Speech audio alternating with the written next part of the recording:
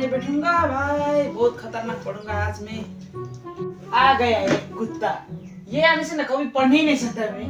हाँ भाई तू मुझको ही बोल, हर रोज नहीं आता, कल सिर्फ आया था भाई। मैं बोल रही थी किसको बोलूं, कल भी आया ऐसा करके चला गया, बहुत बेशरम है तो। सॉरी ना, वो मिस्टेक से मुझे मजाक करने का मन किया इसीलिए कर दिया। तुमको क्या, तू तो मेरा दोस्त है ना, जिगरी यार है तू।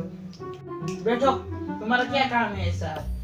बात छोड़ना, आज मैं तुमको और एक क्वेश्चन पूछेगा, तू अगर ये आंसर दे दिया ना तो बहुत खतरा है, ठीक है?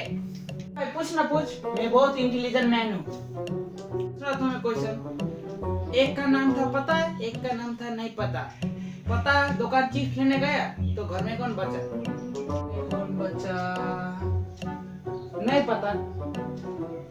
यार इतना इजी क्वेश्चन भी नहीं सकता है।